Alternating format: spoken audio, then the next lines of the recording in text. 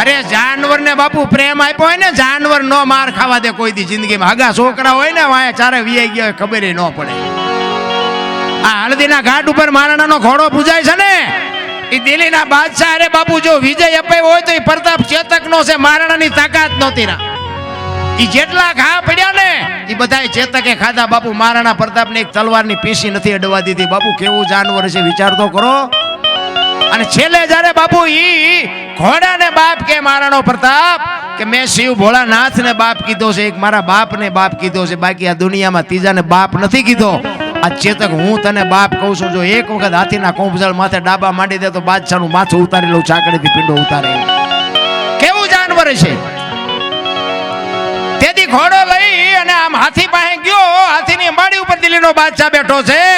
અને તેથી મહારાણો કહે છે કે બાદશાહ ઉતર હેઠો અને ઉપાડ તલવાર. જો આપને ધરતીના કડા ભેળા ન કરી દઉં તો હું ઘરાણીના પેટે પાણો પીડ્યો કહેવાય. તેથી વગર ડાકલે પીડ્યો બાપુ બાદશાહ ધ્રુજવા. એ કે મારો બેટો હમણાં અહીંયા આવશે. અને બાદશાહ બાપુ આમ અંબાડી ઉપર બેઠો હતો ને, મહારાણો પ્રતાપ આમ દુશ્મનને જે વેરતો હતો ને, એક એક ગાયે 5-5 ના માથા ઉડાડતો હતો જેમ બાજરાના ડુંડા લાણે. તેથી દિલ્હીનો બાદશાહ વખાણ કરતો હતો કે વાહ દરબાર વાહ, તારી જનતાને ધન્યવાદ દેવો પડે. આ 22,000 ને હું રોટલા દઉં છું, પણ તારા જેવા જો મારી પાસે દવા હોય ને આખા હિન્દુસ્તાનમાં કોઈને રાજ ન કરવા દઉં. બાપુ દુશ્મનને વખાણ કરવા પડે, ઘા કરતા આવડે તો. તેથી ચેતકને બાપ કહે છે મહારાણો. અને એ કહે છે એક વખત હાથીના કુંભતળ માથે ડાબા માંડ અને એક ખેતરમાંનો રાઉન્ડ મારીને જબાંગ ઝાક લઈને ઘોડાને મૂક્યો વ્યાતો. અને તેથી પેગડા ઉપર પગ છાડીને ઊભો થઈ ગયો ને હાથમાં ખુલ્લી તલવાર અને વંટોળિયો જાય એમ ઘોડો ગયો ને હાથીના કુંભતળ માથે ડાબા માંડ્યા ને એક ઝાટકો માર્યો ને હાથીના 2 ભાગ કરી નાખ્યા. કોની પાસે વાતો કરી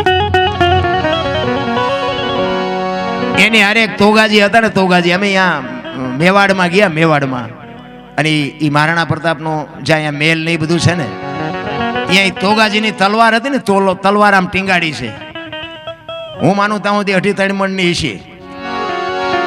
એ તોગાજીની તલવાર છે ને, આમ અહીંયા છે ને, અહીંયા એક કોઈક ચારણ નીકળ્યા છે, કોઈ ગઢવી. કારણ કે ગઢવીના માલિકોથી કંઈક વાતું નીકળે. એ આમ તોગાજીની તલવાર એવું લખેલું હતું. પછી હેઠે ગઢવીએ બાપુ એક સાખી લખી. એ કે હતી તોગાના હાથમાં તેથી ગજને નહોતી ગનારતી, પણ આજ પડીશું કાયરના હાથ કે હાકર કોરોય નથી કાપતી. તોગાના હાથમાં જેથી હતી ને તેથી હાથીને હું નહોતી હારતી. હાથી માથે જો ઘા કરે તો હાથીના 2 ભાગ કરી દઉં, પણ અત્યારે રાકા કોઈ ઉપાડે એવા જ નથી, હાકર કોરોય નથી કાપી શકતી. चैनल को सब्सक्राइब करो पहले, हाँ जल्दी करो. मुझे पता है कि आप लोग नहीं करते हो, वीडियो देखते हो लेकिन सब्सक्राइब नहीं करते.